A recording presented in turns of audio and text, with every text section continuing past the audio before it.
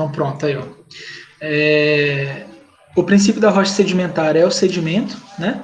E esse sedimento é justamente um pedacinho, partículas de outras rochas, de tamanhos microscópicos a tamanhos um pouco macroscópicos, que vão se depositar em algum lugar e, através de processos de cimentação e litificação, vão formar as rochas.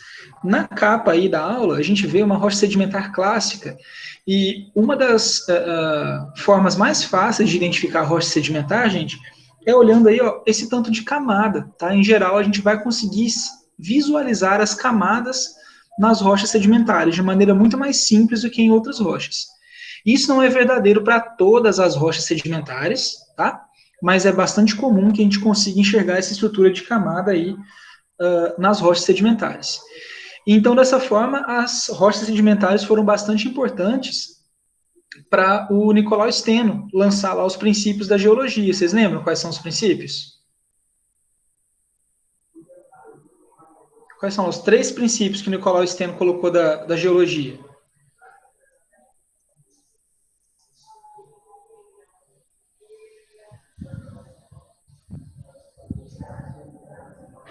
Quem lembra?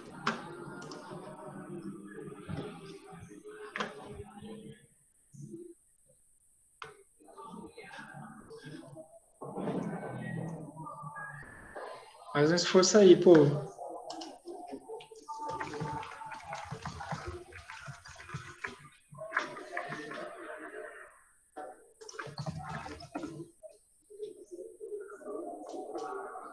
Eu não vou mentir, eu fui dar um Google. Não sei se é isso. Então fala aí, Seria Alex. o princípio do atualismo, da sobreposição e da continuidade. A superposição, a continuidade original, né? E da horizontalidade. E a horizontalidade original, exatamente. Então a gente consegue ver as camadas superpostas de maneira bem clara nessa capa inicial, concorda comigo? Uma camada Sim, sobre a outra. A gente consegue ver uma continuidade em uma parte dessa figura, que é a parte não perturbada, e a gente consegue ver a lateralidade também, as camadas continuam lateralmente. Né? Então, a deposição de sedimentos é bastante importante para a gente conseguir acompanhar esse estudo das estruturas e da idade dessas estruturas. Então, vejam que aqui a gente já começa a ver a importância das rochas sedimentares. Né? Elas foram altamente importantes na construção desses princípios. Então, elas têm importância para a história da geologia, elas têm importância nesse princípio que a gente chama de estratigrafia, que é justamente observar os estratos das rochas, né? E observando esses estratos, a gente conseguir organizar a idade dessas rochas e a relação entre essas camadas que foram depositadas. Até aqui tudo bem? Tranquilo. Então, olha só. Deixa eu voltar aqui que deu uma travada na apresentação. Então, só para a gente recapitular, o Gabriel falou, né, alguns termos que a gente já tinha comentado vão estar altamente envolvidos na formação das rochas sedimentares e vão ser principalmente o intemperismo e a erosão. Né? Então, o que acontece, gente? Lá dentro do ciclo da rocha, a rocha sedimentar ela pode ser filha tanto de rochas magmáticas, rochas ígneas, quanto de rochas metamórficas, quanto de outras rochas sedimentares, tá bom? Não importa muito qual é a rocha que vai dar origem àquele material. Importa como esse material vai se depositar e como ele vai se relacionar depois com o restante do material que está ao lado dele para ele se tornar uma rocha sedimentar. Então eu tenho uma rocha matriz, a gente pode chamar assim, uma rocha mãe, né? Que pode ser uma rocha magmática, pode ser uma rocha metamórfica ou pode ser uma rocha sedimentar, que vai passar pela ação do intemperismo.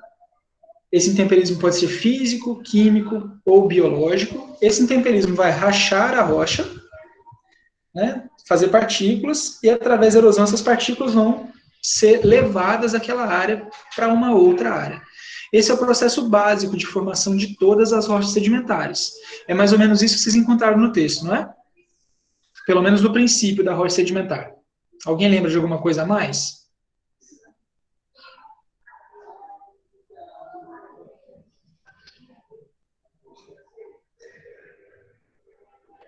Não? Beleza. Então, a partir do momento que eu tenho essa movimentação dos sedimentos, eu tenho aí a matéria-prima para fazer mais rochas, né? Que no caso serão rochas sedimentares. Então, vou reforçar. Não importa de onde está vindo o sedimento, tá? Mas o resultado sempre será uma rocha sedimentar. E a gente vai ter diversos tipos de ambientes de sedimentação, como assim? De lugares nos quais o sedimento pode se depositar, tá bem? E cada um desses ambientes vai gerar rochas sedimentares com características diferentes, justamente porque eles são extremamente diferentes no funcionamento, né? E também na sua composição. Então, por exemplo, o sedimento que se deposita no fundo de um lago, ele vai gerar uma rocha sedimentar com uma característica diferente do sedimento que se deposita lá no fundo do oceano ou do sedimento que se deposita ali na praia, na areia da praia, por exemplo. Porque, vamos pensar assim, ó, coisas básicas. Se o sedimento está depositado lá no fundo do lago, ele vai ter uma movimentação muito menor do que aquele que está lá na praia. E uma movimentação muito diferente do que aquele que está no fundo do oceano, que vai se movimentar, mas numa dinâmica diferente da praia. Na praia tem onda, né? Ela leva o sedimento e ela traz sedimento. O sedimento é arrastado naquela linha da praia. Lá no fundo oceânico já vai depender muito mais de correntes oceânicas e de movimentação da água lá na relação com o próprio sedimento, numa dinâmica não tão parecida com as ondas, mas muito mais de fluxo, né? Não é tanto ida e volta assim, tem caminhos do sedimento. Se ela se deposita num deserto, ela vai estar muito mais, o sedimento vai estar muito mais sujeito à ação do vento, vai ser depositado de maneira diferente. Então, ambientes deposicionais diferentes vão gerar rochas sedimentares com características diferentes. Por que isso é importante, gente? Por que saber que ambientes deposicionais diferentes geram rochas sedimentares diferentes é importante para nós?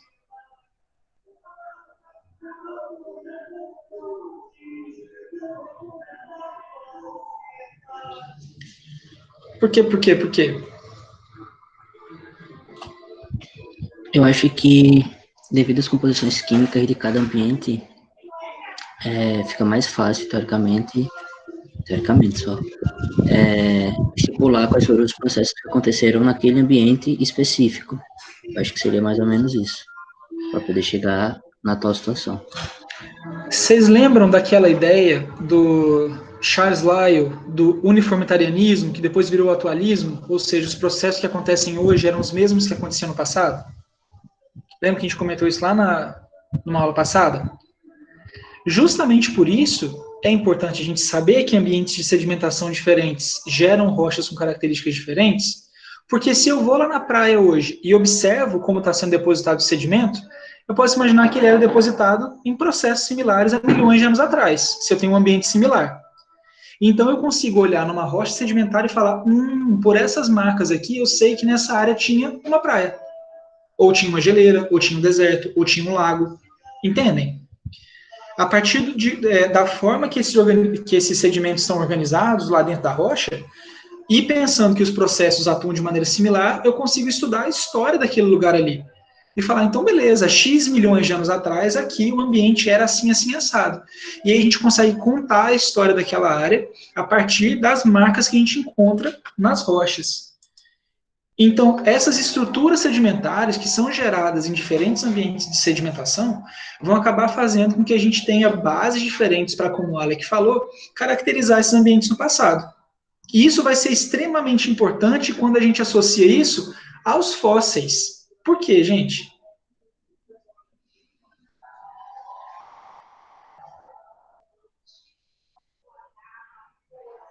O que vai ter tudo isso a ver com fóssil? O que vai ter a ver, Gabriel? A gente entender os processos, né, de deposição de sedimento com os fósseis.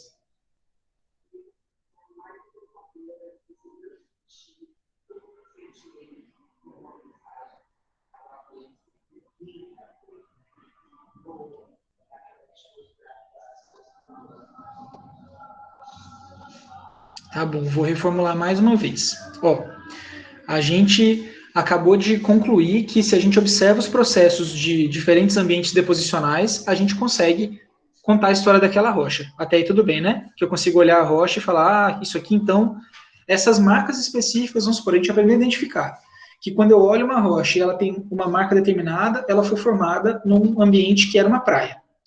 Eu escavo uma rocha em outro lugar hoje, aqui em Penedo, e vejo aquela formação. Aí você fala, bom, essa rocha aqui então foi formada num ambiente de praia. O que é a importância de eu conseguir ligar isso com os fósseis que eu encontrar naquela rocha? Seria identificar mais ou menos qual período cada espécie viveu. O que mais vocês acham? Além disso, de conseguir entender com o tempo, né? De quando foi, o que mais que é importante? Como era não é a estrutura, como era o ambiente também. E isso vai ser extremamente importante, não somente para entender o tempo geológico, né? Mas para entender a ecologia daqueles bichos.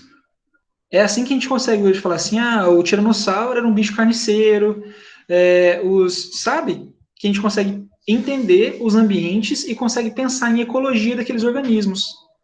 Porque a gente consegue saber, bom, se esse ambiente era assim, então provavelmente esses organismos viviam dessa determinada maneira. Se eu acho um bicho que está numa rocha que foi formada num ambiente alagadiço, né? Então, sei lá, provavelmente tinha relação com essas poças de água. Então a gente consegue usar esses índices, né, de estrutura e constituição das rochas para contar a história não só geológica, mas também biológica daquela área no passado. Dá para a gente entender se aqueles fósseis foram formados ao mesmo tempo que aquela rocha ou não. Que a gente pode pensar assim, ó, eu tenho lá marcas que são comuns de rocha de deserto e um tanto de fóssil de concha. Tem alguma coisa estranha nessa história, né? Como que os bichos de concha estavam lá no meio do deserto? O molusco não é comum no deserto, porque o bicho é todo molhadinho, né? Precisa de muita água. Então, como que é isso? Será que teve uma subversão dessa rocha? Essa rocha subiu em algum momento? Ou será que foi um evento tão grande de movimentação que levou esses organismos para lá? Então, a gente começa a pensar em eventos catastróficos, começa a fazer um tanto de inferências sobre o passado. Claro que tudo cientificamente embasado, né? Então, a partir dos diferentes ambientes deposicionais, eu consigo entender as diferentes estruturas sedimentares e consigo ligar tudo isso na história geológica e biológica daqueles lugares onde eu achei as rochas. Essa estratificação vai ser muito importante para a gente conseguir entender isso, porque quanto mais grossas são as camadas, mais suaves eu sei que eram os eventos, ou seja, aquele clima não mudou muito durante um período considerável de tempo. Agora, se eu tenho um tanto de camadinha diferente, mudanças de ambiente, né, com várias substâncias diferentes. Se eu tenho camadas de grãos, de estrutura diferente, provavelmente mudou o processo. Por exemplo, quem já lavou um quintal na vida aí, com a mangueira? Não pode ser de vassoura, tem que ter sido com a mangueira, tá? Só o Ale que ajuda em casa aí, gente. Cadê Gabriel já? Tá bom, já ia aqui comer a cabeça de vocês, se não estivesse ajudando a mãe e o pai de vocês aí a lavar a casa. Porque Eliana eu já sei que cuida da casa dela, né? Então, olha só, 2 vezes semana, o dono de casa, bom demais. Mais que obrigação, né? Quem suja, limpa. Então, veja, quando a gente está lá lavando o quintal com a mangueira, às vezes tem aquelas quantidades de poeira que estão lá acumuladas, né? Poeira, pedrinha. Para eu mexer as pedrinhas que estão lá no quintal, eu preciso de mais água ou menos água do que para mexer a areia, por exemplo? Quando você mira o jato da mangueira lá nas pedrinhas e nas mangueiras, você precisa de mais força na água para mover as pedrinhas ou para mover a areia?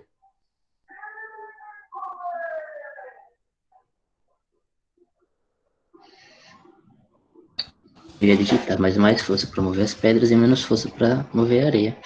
Isso, para empurrar um corpo com maior massa, a gente precisa de uma corrente de água mais forte, né? Então, quando eu vejo um lugar que tem uns grãos muito grandes, eu consigo dizer, olha, aqui aconteceu um evento de força de corrente maior do que um lugar onde estão depositados grãos bem fininhos. E não é nem para desgastar, Dalton, para desgastar com certeza, né? Uma corrente mais forte vai desgastar mais rapidamente. Mas para se mover mesmo, eu preciso de muito mais força de água para mover grãos maiores de rocha do que para mover grãos menores. Por exemplo, se você botar aí dentro de um copo de água, tá? E misturar farinha de trigo, sal, farinha de cuscuz e misturar bastante, você vai ter um tempo de decantação diferente. A farinha de cuscuz é maior, ela vai inchar, vai ficar pesadinha, vai descer mais rápido, enquanto a água ainda está se movimentando. Depois, quando a água for parando, abaixa a farinha de trigo, que é mais levinha. E depois, se você tiver muito saco, muita paciência, vai abaixar o sal ou ele vai ficar dissolvido ali. Então, isso mostra o quê? Que para depositar partículas muito pequenininhas, eu preciso de uma água bem tranquila, que esteja bem parada, para dar tempo da partícula parar de se mover, porque ela é muito levinha e se move por qualquer motivo, né? E dá tempo para sedimentar. A gente pode pensar nisso, por exemplo, para pensar nessa lógica, quando a gente quer fazer um mergulho super legal nas piscinas naturais. A gente tem que ir antes da maré subir, não é? Porque se a maré sobe e a água movimenta o fundo, os sedimentos todos ficam em suspensão, daí a gente não enxerga mais nada. E aí, quando a maré desce, a água fica bem calminha, forma as piscinas e dá tempo desse sedimento sedimentar e a água ficar limpinha. Tá? Então é a mesma lógica, porque assim, mesmo que você fale, não, eu vou logo que a maré tiver acabado de descer, que já vai estar ótimo. Não, não vai, porque só os sedimentos maiores vão ter descido e aquele sedimento bem fininho ainda vai estar todo lá na água, então ela está toda enlameada ainda. Então, a partir do tamanho do grão que eu tenho, por exemplo, eu consigo saber se o que depositou aquele grão foi uma corrente forte ou uma corrente fraca. Tá? As rochas contam toda a história para a gente dessa forma. E como que essas camadas vão se formar? Então, como eu estou falando para vocês, o tipo da corrente, porque pode ser uma corrente contínua ou uma corrente ocasional. Aí você fala, mas corrente ocasional como, professor? De vento, por exemplo, que bate em uns momentos e deixa de bater em outros. Tá? Ou se a corrente de água for um rio ou for uma onda, o rio tem uma direção única, específica, a onda vai e volta. Então, o tipo de corrente que está sendo utilizada, a direção da corrente e a intensidade da corrente. Então, a direção vai ajudar a gente a entender se eu tenho camadinha que vai e volta, se eu tenho morrinho, se eu não tenho. E a intensidade justamente nessa questão do tamanho do grão que essa corrente vai conseguir depositar. Tá? É só a gente pensar, com correntes muito fortes, só os grãos maiores conseguem se depositar, porque são mais pesadões. Né? À medida que eu vou diminuindo a intensidade da corrente, vão se depositando grãos menorzinhos. Em geral, a gente vai enxergar essa estrutura de estratificação gradacional, bem bonitinha, onde eu tive tempo para essa corrente se estabilizar e os sedimentos sedimentarem bem bonitinhos, um sobre o outro. E a gente tem aí as camadinhas bem bonitinhas. E dá para ver muitas camadas diferentes, né? Camadas de cores diferentes, camadas de espessuras diferentes, todas essas provavelmente indicando eventos diferentes. Mais um exemplo aí que dá para ver bem bonitinho de estratificação gradacional, parece uma fatia de bolo, hashtag fome. Então, que a gente entende a deposição aí gradual desses sedimentos. Ok? A gente pode ter uma estratificação que a gente chama de cruzada. Tá? Então, ela vai ficar cruzada porque vejam o corte aí nesse perfil, ó. O vale de uma ondinha está na crista de outra, né? A gente consegue ver direitinho o cruzamento entre as ondinhas. Vocês imaginam o que pode gerar esse tipo de situação aí?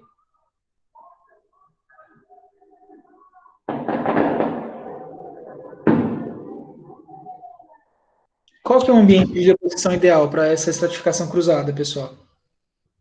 Pode falar, Alec. Pode repetir a pergunta que eu não ouvi, o Sogos atrapalhou. Tá. Qual seria o ambiente deposicional ideal para formar essa estratificação cruzada? Uma montanha? Por quê? Lembra que é sedimento, pode ser bem pequenininho, né? Que tipo de processo físico, né, do ambiente pode gerar esse tipo de cara aí? Olhando por cima do solo, parece com o quê? Onde vocês já foram na vida de vocês que tem esse tipo de superfície?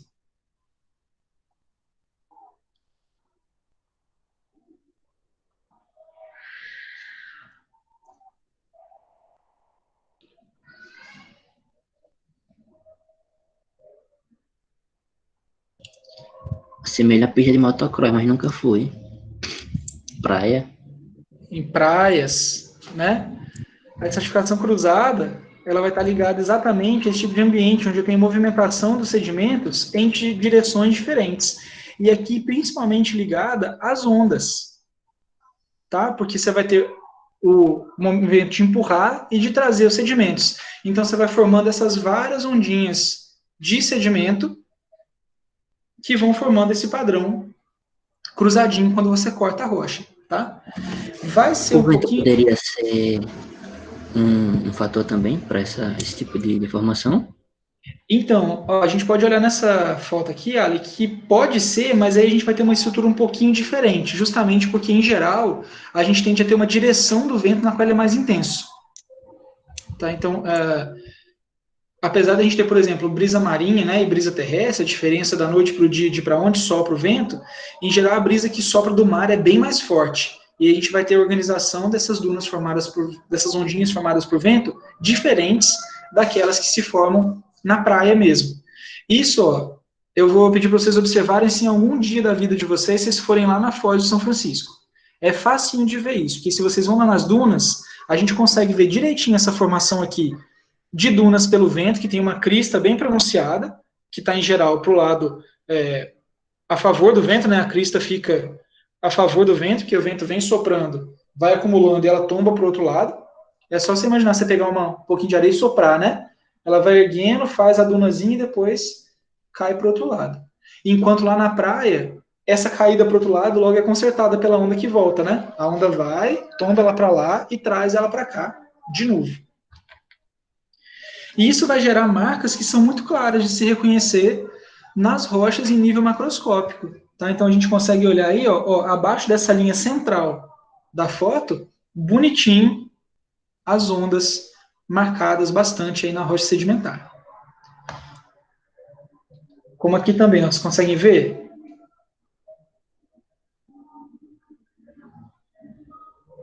E eu tenho marcas um pouco mais sutis, mas que o olhar de um geólogo experiente, né, certamente vai conseguir identificar. As marcas onduladas, por sua vez, essas sim são ligadas bastante às próprias ondas, como elas dizem, né? Justamente porque elas não têm. Olha a diferença dessa estrutura aqui, ó, que é uma pontinha, e dessa aqui, que é muito mais cilíndricazinha. Então, eu tenho alturas mais ou menos iguais na formação dessas camadas, formando aí, ó, as marcas onduladas. Olha que legal, você olha isso, parece um solo de praia, né? Só que isso está no sertão alagoano. Então, se você olhar sem aviso, óbvio que ali atrás né, é um pouco diferente, mas é igualzinho a parte que fica lá na praia, na zona de maré. A gente consegue ver bonitinho esse tipo de formação. Tá?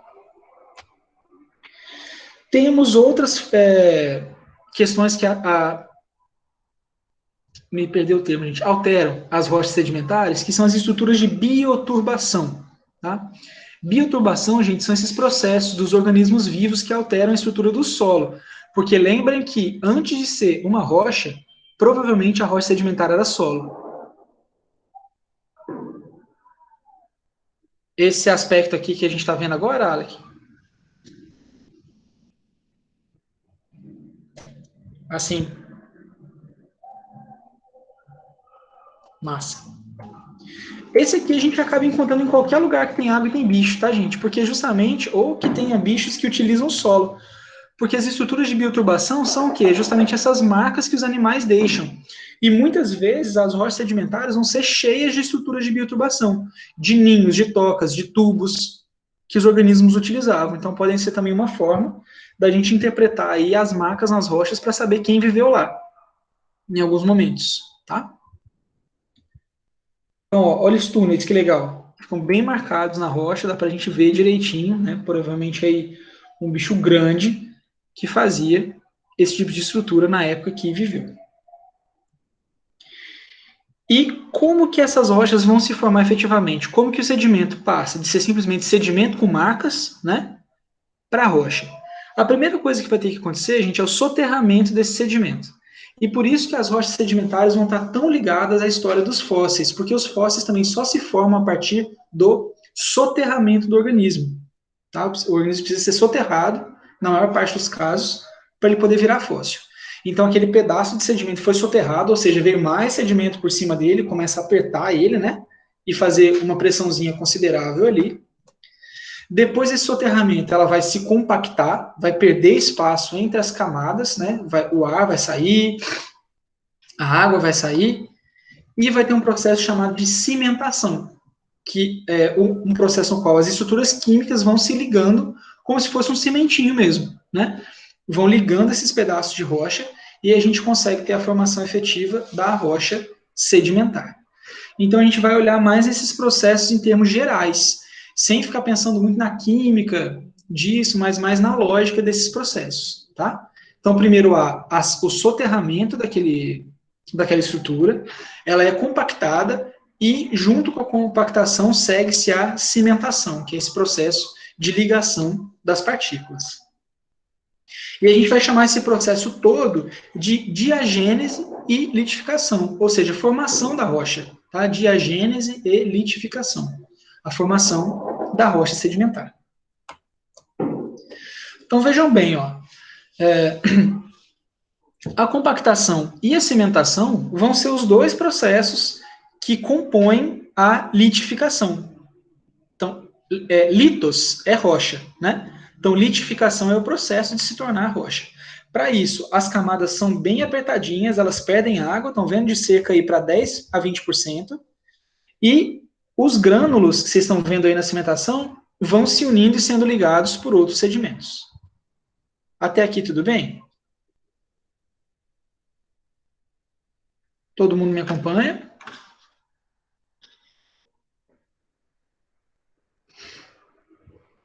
Ok. Chegando nesse ponto, a gente pode classificar essas rochas sedimentares em algumas formas diferentes. Tá? Então, a primeira grande classificação, gente, é entre o tipo de formação dessa rocha. Lembra que a gente comentou semana passada das cavernas, das estalagmites, estalactites se formando lá, com a água pingando, depositando o carbonato de cálcio, fazendo aqueles pingos bonitos de rocha nas cavernas? Então a gente falou que, por exemplo, os minerais poderiam formar rochas a partir de uma solução do mineral, não era isso? Podia ter uma solução bem concentrada do mineral, e então haver formação de rocha. Essa é uma das principais formas de formação de rochas sedimentares, que vai formar as chamadas rochas sedimentares químicas, ou seja, tinha uma solução daquele sedimento, e a partir daquela solução esse sedimento foi se precipitando, né, esse mineral foi se precipitando e formando a rocha sedimentar. O calcário é uma rocha sedimentar extremamente ligada a processos químicos, beleza? Então, o calcário é uma rocha sedimentar química. Até aqui tudo bem? Então, todas essas que se formam por essa deposição dos sedimentos de uma solução são rochas sedimentares químicas. E eu tenho as rochas sedimentares clásticas. Vou escrever aqui para vocês, ó, no bate-papo, tá? Clásticas. A palavra clasto é um sinônimo para sedimento, para pedacinho.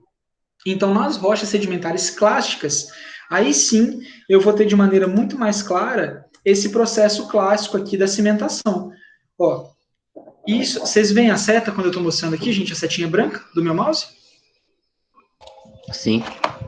Então, isso aqui, agora ela sumiu, né? Mas apareceu de novo. Isso aqui é um clasto, isso aqui é outro, isso aqui é outro, isso aqui é outro.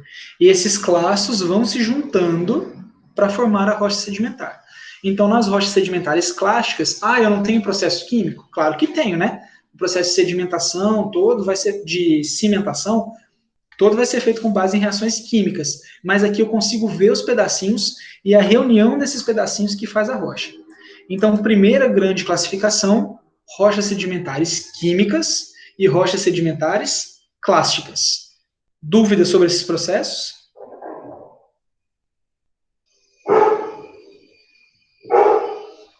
Não? O Ades está querendo saber também se vocês estão com dúvida aí. Tudo certo? Beleza. Além do tipo de formação, a gente vai classificar também pelo tamanho do sedimento. Então vejam que aí, ó, eu tenho sedimentos de tamanhos muito diferentes. Essas pedrinhas do fundo do rio a gente pode chamar de sedimento se a gente quiser, só que é um sedimentão, né? E veja que eu tenho aí 4 dimensões diferentes de sedimentos. Eu tenho sedimentos grosseiros, que são aqueles maiores que 2 milímetros de tamanho. Sedimentos médios, que vão de 2 a 1 dividido por 56 milímetros. Finos, de 1,56 avos a 1,256 avos de milímetro. E muito finos, que são menores que 1,256 avos de milímetro. Esses tipos de sedimentos vão gerar grandes categorias de rochas sedimentares, tá? Então, as rochas sedimentares aqui, elas são chamadas um nome muito mais geral de categorias, e aí depois a gente entra para saber qual sedimento, e aí sim dá um nome mais específico. Mas vejam que o sedimento mais fininho, que é esse que está no final aqui, ó, vai formar uma rocha sedimentar chamada argilito, justamente porque o nome desse sedimento muito fino é como, gente? Pensando no nome da rocha aí? Argila. Argila? Argila, exatamente. Eliane, Alec. Então, o sedimento mais fininho que a gente encontra, a fração mais fininha do solo, é a argila. Vocês já ouviram falar de um processo chamado granulometria? Alec já. Alguém mais já ouviu falar disso? Acho que o Gabriel também. Eu acho que o Gabriel também.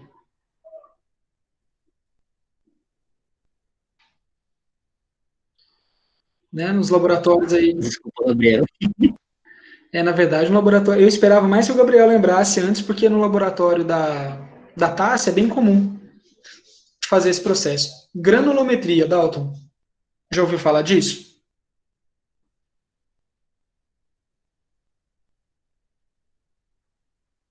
É essa máquina mesmo infernal que ninguém trabalha quando ela está ligada, né? Granulometria, gente, é o estudo que a gente faz das quantidades e tamanhos das partículas de solo. O solo é composto por um tanto de pedacinho, e esses pedacinhos podem ter tamanhos diferentes. Ou, no caso, os meninos aí, o sedimento, né, que se coleta lá nas piscinas naturais ou em qualquer lugar. Então, você pode coletar uma fração desse solo, separa tudo que é orgânico dali, raiz, pedaço de folha, e bota lá nessa máquina. E ela tem um conjunto de peneiras com malhas de tamanhos diferentes. Então, você tem uma malha maiorzinha, e essas malhas vão se estreitando. E aí você bota na peneira mais grossa, essa máquina faz uma zoada, balança tudo, ela faz zoada porque ela fica vibrando essas peneiras, e esse sedimento vai passando pelas peneiras. E aí você pode separar esses conjuntos de sedimentos para saber, por exemplo, quanto eu tenho de cada um no solo. A gente vai falar um pouquinho disso mais semana que vem, mas isso é importante porque sedimentos com tamanhos diferentes vão ter funções diferentes no solo. Por exemplo, solos que têm mais argila tendem a ser mais férteis que solos arenosos. Aí a gente vai entender por quê semana que vem.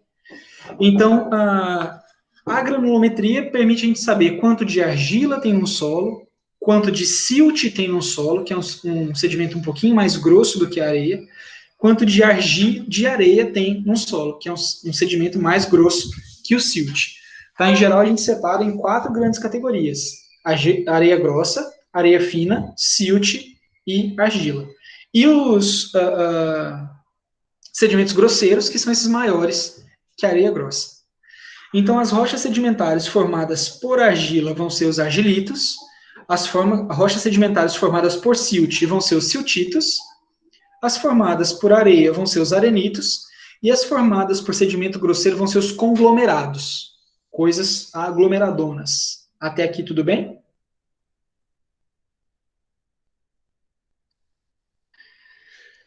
Deixa eu fazer uma pergunta que a gente deve responder numa aula lá para frente, mas vou aqui lançar para vocês. A gente já sabe que as rochas sedimentares têm maior taxa de fósseis, né? Elas são, em geral, as rochas que têm mais fósseis preservados. E já vou adiantar essa informação para vocês. Entre tipos diferentes de rocha sedimentar, eu vou ter tipos diferentes de fósseis. Vamos considerar essas categorias que a gente tem aqui: conglomerados, arenitos, siltitos e argilitos, tá? Pensando que o tamanho do sedimento varia, e ele é menor lá no argilito e maior lá no conglomerado, qual desses tipos de rocha vocês acham que seria mais fácil de enxergar um fóssil de uma estrutura muito delicada? Tipo uma folha, ou tipo as partes moles de um organismo? Seria mais fácil encontrar nos conglomerados, nos arenitos, nos siltitos ou nos argilitos?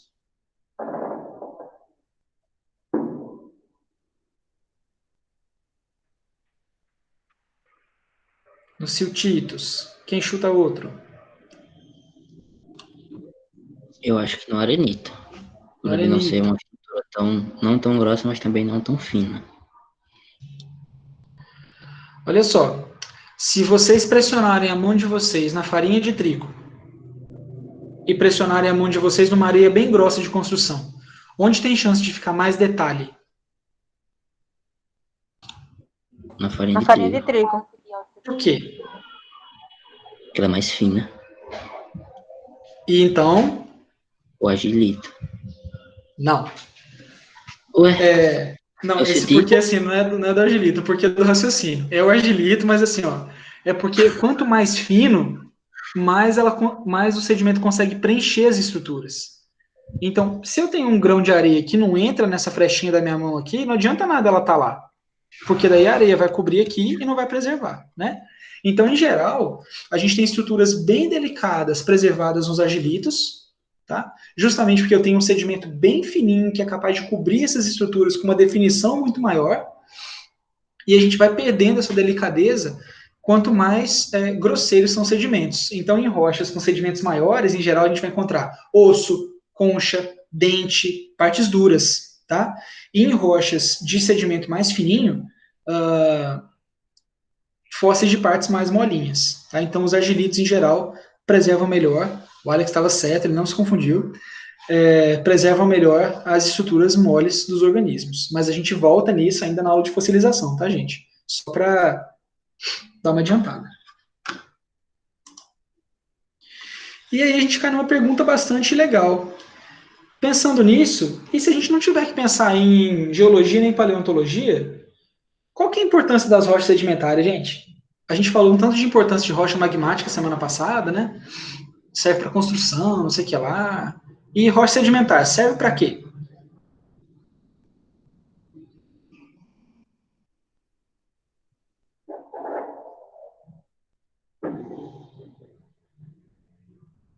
Alguém se arrisca aí? Economia? Vamos ser mais específicos, Gabriel?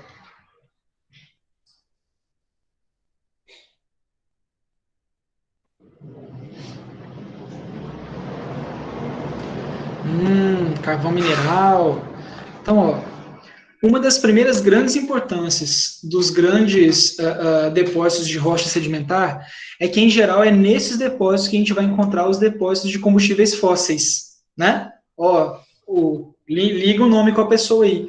Esses combustíveis fósseis são gerados pelo estoque, pela transformação do carbono orgânico, né? De animais que viviam no passado e que ficaram nessas rochas aí. Então, petróleo, carvão mineral, tudo vai estar concentrado em rocha sedimentar, exatamente. Então, são muito importantes os depósitos de rocha sedimentar no momento, porque eles são as grandes fontes de combustível fóssil que a gente tem. Sem rocha sedimentar, não teria petróleo. Se você for pensar rocha magmática, a temperatura que ela tem de formação derrete qualquer coisa orgânica, né?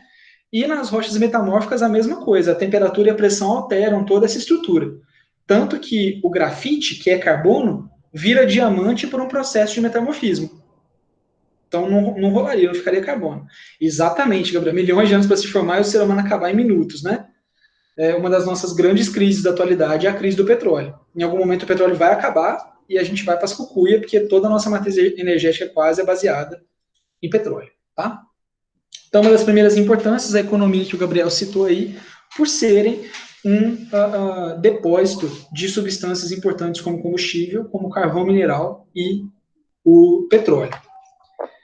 Além disso, gente, elas são essenciais para a manutenção da água nos ecossistemas. Como assim, professor?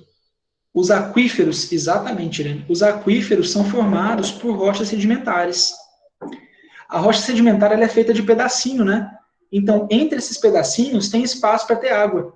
Então, elas são como grandes esponjas, elas absorvem e mantêm a água lá dentro delas, tá?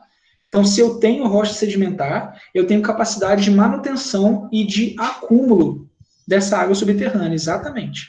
É muito importante que a gente tenha rochas sedimentares para poder ter água no subsolo, nas ranhuras, nas frestas dessas rochas. Tá? Que a gente vai conseguir furar e extrair água.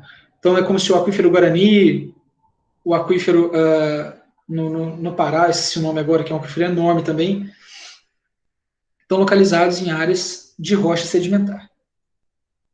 E, além disso, para a paleontologia, elas são cruciais, porque é nas rochas sedimentares que eu vou encontrar os fósseis de melhor qualidade. Por que eu estou falando isso, gente? Porque em rocha metamórfica, com sorte, também dá para achar fóssil. Só que, em geral, ele vai estar todo distorcido. Assim como a rocha está com a sua estrutura alterada, os fósseis que estão nas rochas metamórficas também estarão.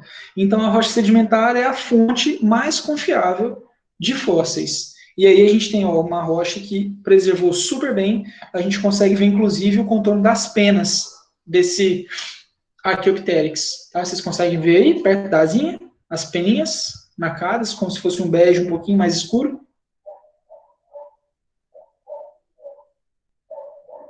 Os sedimentos dessa rocha aí, gente, eram grossos ou eram finos?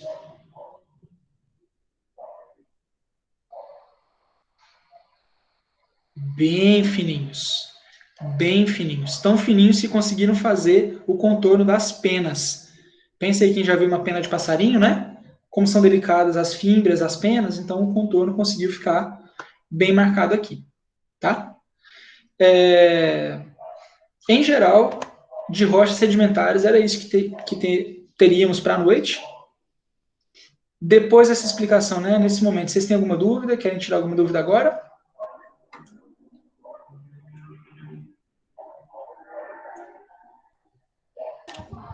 Só sobre atividade. Pode falar, Alec. Vai ser elaboração do podcast. Isso. Aí o senhor colocou que iria dividir em grupos. Mas nós somos 5. São 5. Como é que vai ser isso aí? Na verdade, vocês são 7, né? Tem vocês e tem o... Emerson e Carol, verdade. Tem Emerson e Carol. Então são 1, 2, 3, 4, 5, 6, 7, 8, 9, na verdade. Vocês podem se organizar em grupos de 3 pessoas? Vocês acham que é possível?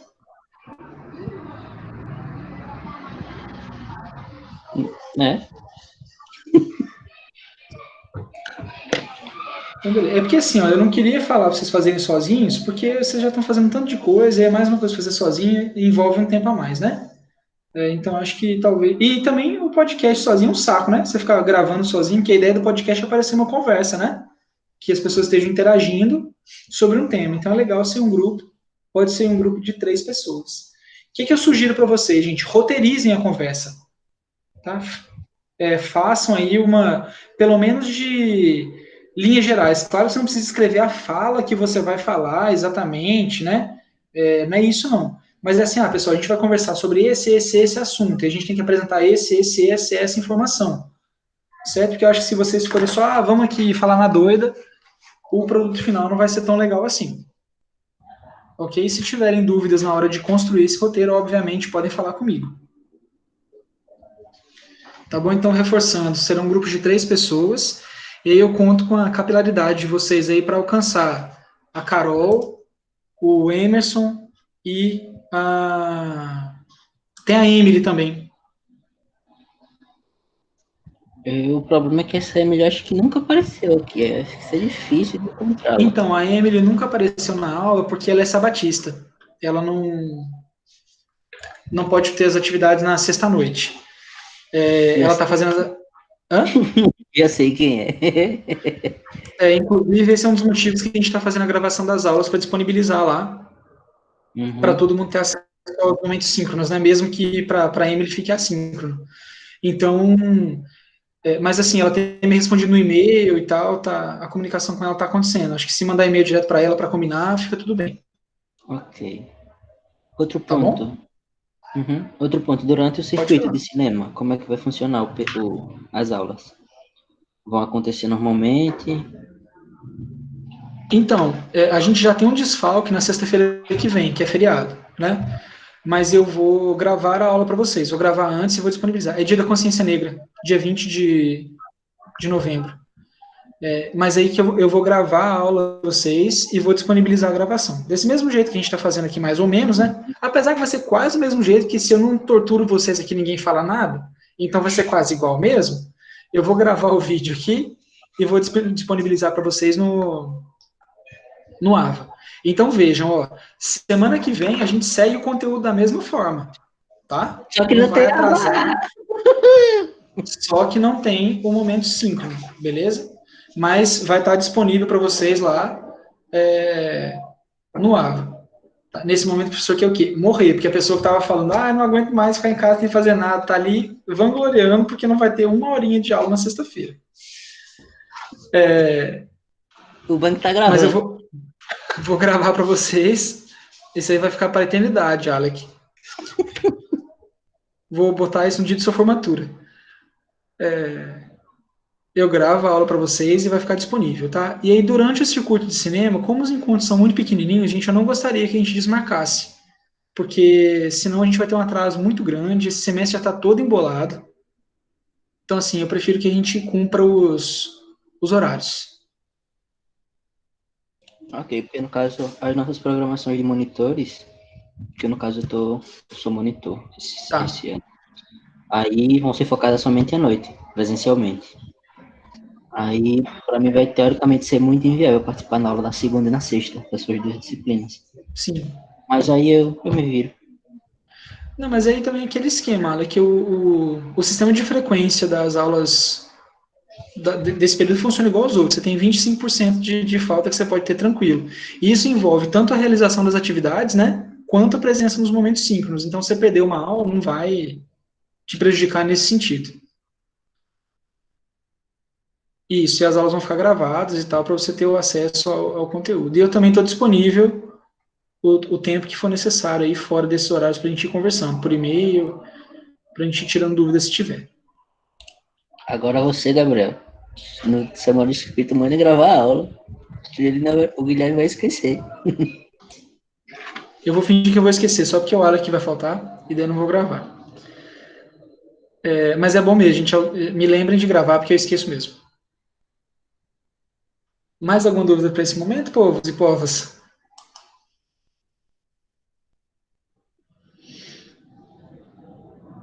Então, beleza, pessoal. Muito obrigado pela presença de você. Muito obrigado, Gabriel. Vai ser muito útil. Vai ser muito útil. Vou aguardar. Obrigado pela presença de vocês. Tenham um bom finalzinho de sexta e um bom final de semana. Descansem também, tá? Hasta luego a todas e todos.